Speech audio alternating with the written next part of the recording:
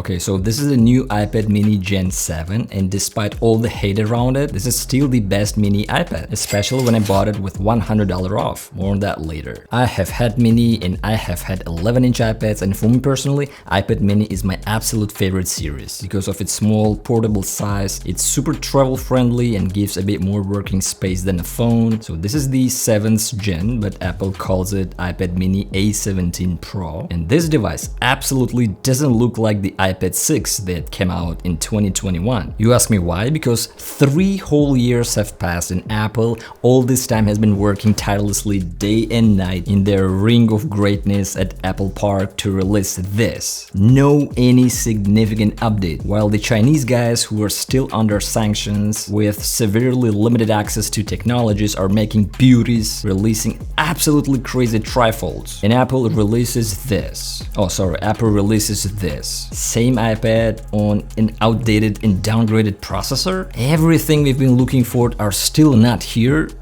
What the hell? And I guess they didn't make a keynote because it's not a good update. If they did, then people would say this could have been an email. However, in fact, this iPad mini got way more updates than new AirPods Max and Watch Ultra 2, which were actually showcased at the main keynote.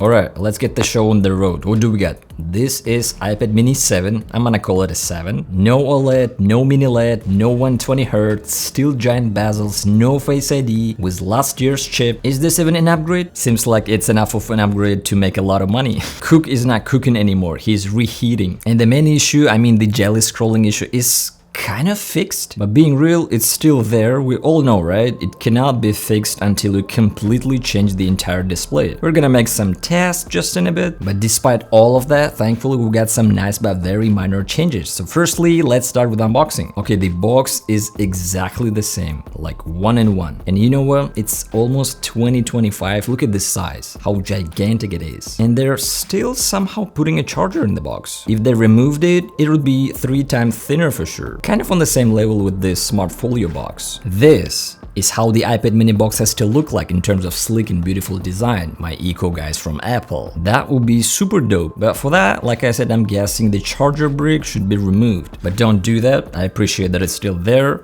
despite the fact I don't use it.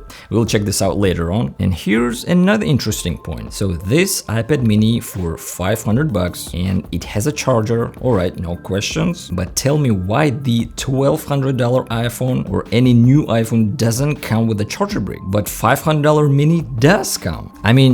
How can you guys explain me that? So internal storage, I get the base one, which has increased from 64 to 128 gigs for the same $500. And also we now have 3 storage options up to ½ terabytes. And for just everyday basic stuff, I think 128 gigs is more than enough. And Apple deserves a juicy slap for keeping same 60Hz display and also for being so lazy. They didn't even change the painting on the box. We get less and less every single year. Of course, no stickers. Nobody needs them, but it's a little upset. So the USB-C cable here is now braided, not color match or anything like that. And thanks for not taking away this basic 20-watt charger brick. However, in the UK and EU, you're not gonna get a charger. And first of all, as usual, it just feels nice in the hand. This is, by the way, one of the new colors. Blue looks pretty nice, actually. Kind of fancy, I like it, no complaints. But I wish they could have added a space black. I'm a big fan of black colors. So yeah, they replaced pink color with this blue one, as well as purple color got some a little bit tone change, and as always a space gray and a starlight. And here's the very interesting situation. I bought this blue one to test it out for something like $480 on Amazon, and after somewhere 10 days, I've noticed even a bigger discount appeared during several hours. So there you go. Here's the classic space gray color. It looks excellent to me, and I think I'm gonna keep it. New iPad mini 7 for $400. I think this is simply the greatest deal ever. Alright, what about the iPad itself? They have just released this mini 7 and it already looks outdated. I know, for the same $500, they're never gonna give us an OLED, 120Hz, slimmer bezels,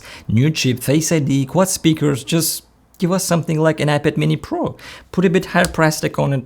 I would buy it right away, as well as many people will switch from 11-inch iPad Pro to that sweet mini Pro. But not yet. And if some of you ask why they're not doing it, and that's the answer. It would kill the sales of all other Apple iPads, including Pro models. And that's why it may take quite a long time until they do end up giving us an iPad mini Pro. And of course, they'll make it cost $300 more or something like that to ensure their revenue numbers. It's not about customer satisfaction, it's just money. But luckily we have some nice tiny refresh. So in terms of exterior, the only difference is the naming on the back. It says iPad mini compared to the previous gen that just used to say iPad. Now you know it's a mini. When we look around on the bottom, we of course got a USB-C. It is now way faster, 3.1 Gen 2, up to 10 gigabits per second data transfer speed. It's not the fastest, but definitely better than it used to on previous generation. You can also use your iPad to charge other devices such as an iPhone, Apple Watch, or third-party USB device. We got the speaker grills as well, same regular landscape stereo speakers. The sound quality is exactly the same, but it's quite good for this size. But no quad speakers like on the iPad Pro, as well as obviously no vibration. And the dual microphones remain unchanged. We've got the connector for the Pencil. Unfortunately, it doesn't support now Apple Pencil 2nd gen, but in contrast, it supports Apple Pencil USB-C and now Apple Pencil Pro. With all of those beautiful squeeze and hover functions, haptic feedback, it pairs, charges, and stores magnetically on the side. Or you might go cheaper with something like this, a $20 Pencil with magnetic wireless charging, 2 shortcut functions on top, there are 7 various colors, and the replacement tips are included. So moving ahead, on the top we've got the volume rockers and Touch ID, which I like since it's still a physical button. Setup is super simple. Many people were anticipating Face ID, so still there's no Face ID, but in the meantime with the iPhone 14 released in 2022, which costs nowadays $600 new, you get a Face ID. But on this device they didn't put it. Where's the point? I don't know. But anyway, lack of Face ID, not a deal breaker, since Touch ID gets the job done. So this is the Wi-Fi only version, and on the cellular version, unfortunately they got rid of physical SIM slot, only eSIM. But I don't know, I'm kind of more a fan of nano SIM tray. It possibly would be way more convenient if I could use an iPad as a main phone, as a daily driver. But knowing the fact that unfortunately iPad still doesn't have the hardware to make direct regular cellular phone calls separately for my iPhone,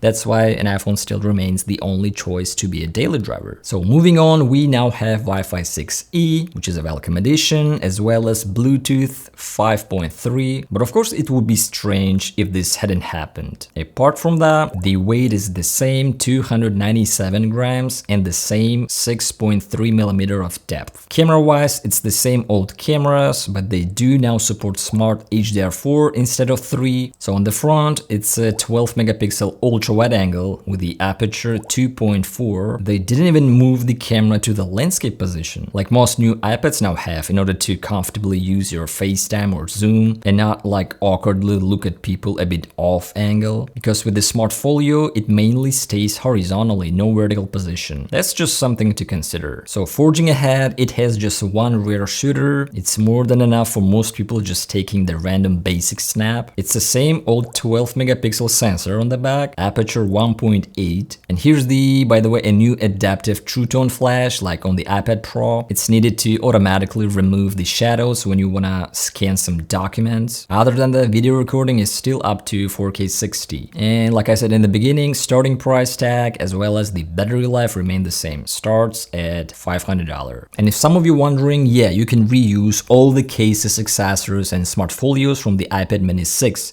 Fits perfectly. By the way, is it worth getting Smart Folios? Yeah, you'll get all these useful standing features, slip and wake functions, and protection with magnets, but they're a bit pricey, $60. However, very nice quality. I got here the blue one. By the way, look at this perfect color match, just amazing. There are 4 different colors, additionally some more colors from Gen 6 Mini, but $60, it's like half the price of Apple Pencil Pro. Or you can go with something like this, third party, it'll get the job done. It also has a side flap that holds your Apple Pencil in place, but I don't like the front cover flops and magnets and the fit. is not as perfect as from Apple. I'm gonna put the links down below to all of these cases, pencil, accessories, and etc. So make sure to check that out. So the most interesting and juicy part is the display. And yeah, you're right, it's exactly the same 8.3-inch liquid retina display with IPS, same pixel density of 326 pixels per inch, same resolution, and I think they really need to stop announcing every product with the all new. It's the same as always, same 500 nits brightness. 500, man, it doesn't cut it anymore. It's nowhere near enough. It's so difficult to work on it outdoors in a daylight. Mini's form factor is ideal for outdoors and on the go. I think it's a missed opportunity. At least a 1000 nits screen in late 2024 is not that much to ask for, because sometimes even 2000 nits brightness on iPhone 16 Pro is not enough in a sunny day. So still 60Hz refresh rate. What's even worse is that Apple knew they could get away with that refresh rate. And 60Hz hurts so much in the fact that they probably will not release Mini 8 till I guess somewhere 2027. That hurts even more. But on the other hand, if you look at it twice slower than it is 120 Hz. But anyway, most people don't even notice that slow refresh rate. It's just fine, while others can tell the difference between 60 and 120.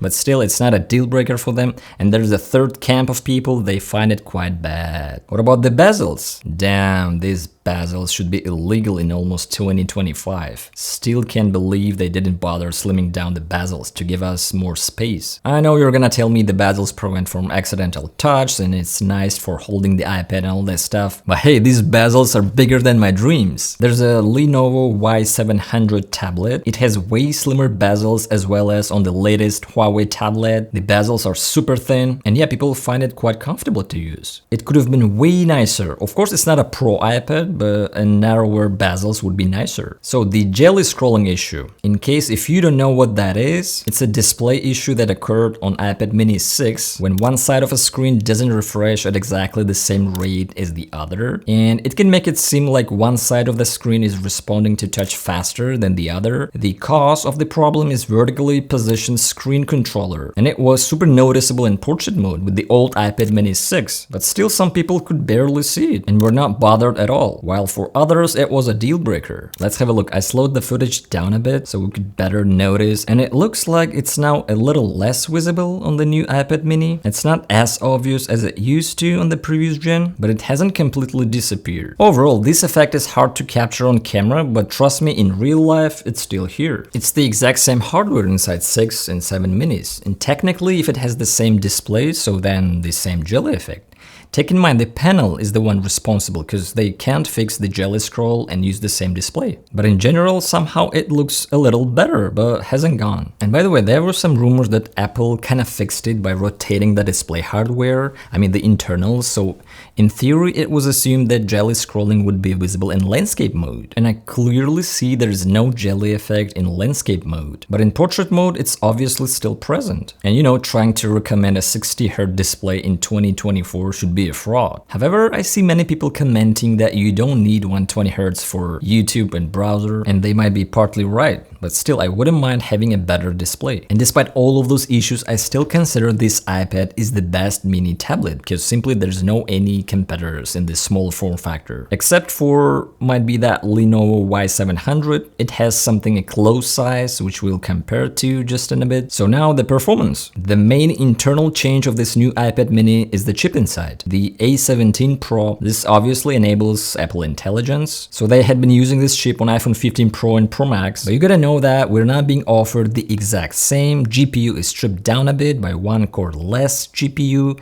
Just one less core probably won't affect the performance, but of course it will be logical and better if they put A18 chip like on the regular iPhone 16s. And I guess they just simply clean up old warehouse stocks. That's the only point. All manufacturers usually do this in one way or another, but nevertheless A17 Pro is of course powerful. For iPad mini it's more than strong enough. Some people were expecting M chip, but we gotta understand, first of all, M chip it's indeed capable for such a small device, and secondly, again, there's no point putting M series with such an old display. Most people don't feel like the chip really even needed to be upgraded for what the vast majority use it for. However, the vast majority would probably agree the display needed an update, but nope. Apple thought taking away the use of Pencil 2 and adding Apple Intelligence was priority.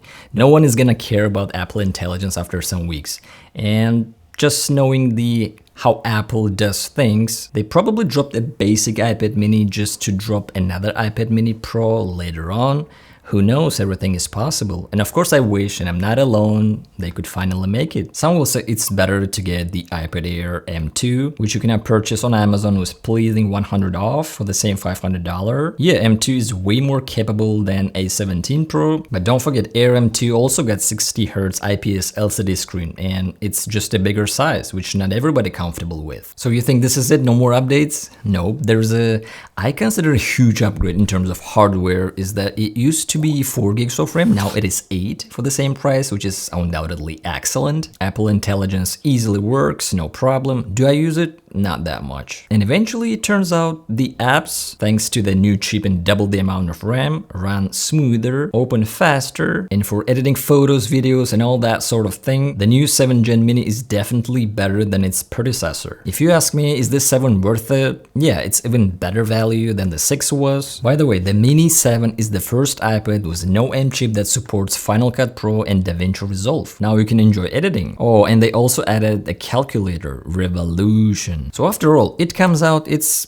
kind of great for gaming. 60 frames per second might be enough for some people. Another benefit of not going over 60 frames is that you're not gonna experience overheat that much, battery drain, frame drop, and all that stuff. Here's the Resident Evil Village. I set the maximum settings. I played, ran around, and everything was excellent. Smooth and clear, no problems. iPad itself didn't heat up, just barely warm. Assassin's Creed Mirage, kinda heavy game. Of course, graphics quality high, and to my surprise, here's also everything is absolutely playable. Just flies. Stable, no lags, very, very good. So overall, it's suitable enough for gaming. Impressive optimization, and yeah, this is the advantage of the Mini 7. You can get such sort of controller and you're good to go. And globally speaking, they could have made this iPad Mini the greatest gaming tablet because its screen size, aspect ratio, and overall form factor are perfect for gaming, unlike the 11-inch iPad. But at the very least, it needs a better display and some new cool games wouldn't hurt either. By the way, if some of you wondering, yeah, it does have 80% charging limit, that's software related. And talking about iPad Pros with the M4, it's of course obvious most of us don't need the power of the M4. People just feel the need to get a Pro version, but don't even use 1/8 of what it's made for.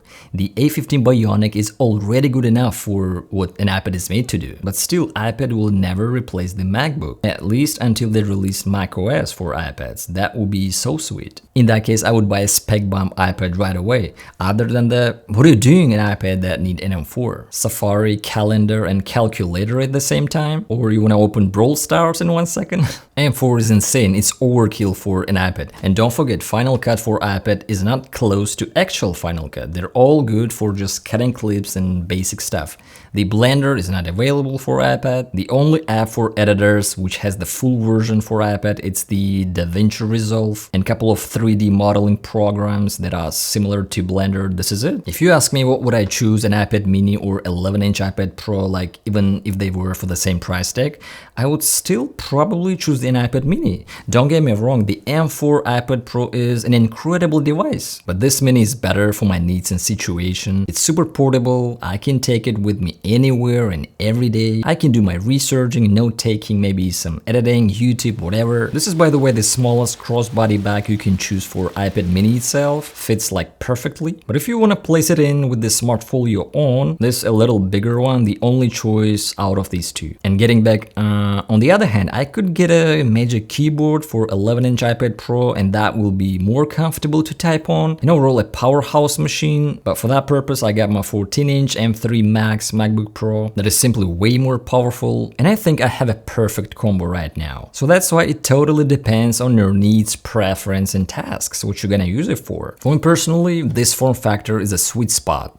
And only if this was with a ProMotion display, a bit smaller bezels and a bit brighter with a new chip, that would be just nuts. But It is what it is. Apple doesn't care about the community and just want to continue increasing their revenue. And we all know, right? You won't find a tablet with this screen size today, except for just one single Android tablet with almost similar size. It's the Lenovo Legion Y700 gaming tablet. iPad is gonna be a bit more compact and lighter. Both devices have IPS displays, both 500 nits, both have quite solid last year chip, games no problem. Lenovo has two USB-C ports and also larger battery. The charging speed is slow on Mini, unlike the Chinese guy. For software updates, longevity, and Apple's good support, I would pick the iPad. Maybe high quality apps for video editing or some other productivity apps could be better on the iPad. For emulation, gaming, and media playback, watching bunch of YouTube videos, etc., I would pick the Lenovo because of the smaller bezels and maybe better speakers. But the iPad mini has an eSIM version and Apple Pencil support. And of course, last but not least, the most killer feature, Lenovo has an insane 165Hz display. Are you really gonna notice that high refresh rate? If a lot, then it's worth taking a look at Lenovo. But if you want something special and interesting, then the iPad mini is way to go. So to wrap up this little iPad, well, not so little, a whole 8.3 inch, which is enough for everything. By the way, the iPhone turns out not that much smaller. At the end of the day, what new stuff do we got? For me personally, the main improvements are double the RAM, faster chip, and maybe Pencil Pro for editing some videos and photos. The rest of those updates, I'm not gonna experience or feel that, because the size, weight, and thickness remain the same. Although it could have been thinner, lighter, and better. Nevertheless, the iPad mini still remains the best mini tablet, and at the same time the worst iPad.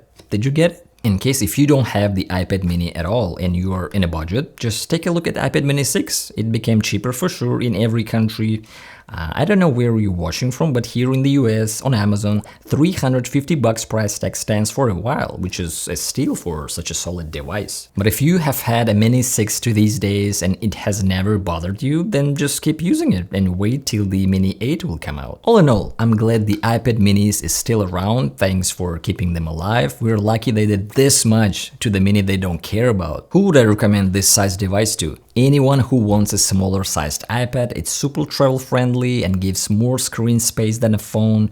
For working, for students, for studying, is simply super beneficial device. Compact, a fast helper, especially better when on the go. For reading, for watching movies, for photo video editing while traveling, it's perfect, so you don't have to carry your Mac. Drawing with Pencil Pro with all of those beautiful Pro Hour features. If you're an artist, it's nice to have. By the way, those who really wanted an iPad but didn't want a huge one, but also wanted one that supports the new Pencil Pro as well as the Final Cut Pro, then it's worth checking this out. It's the iPad that is still holding true to the first iPad, and it's a device made to use in between and along with a computer and a phone. So yeah, this was the new iPad mini. Apple didn't name it Gen 7, still definitely my favorite mini tablet despite all the drawbacks. So let me know what you think of this, and this is it. I'll see you guys in the next one.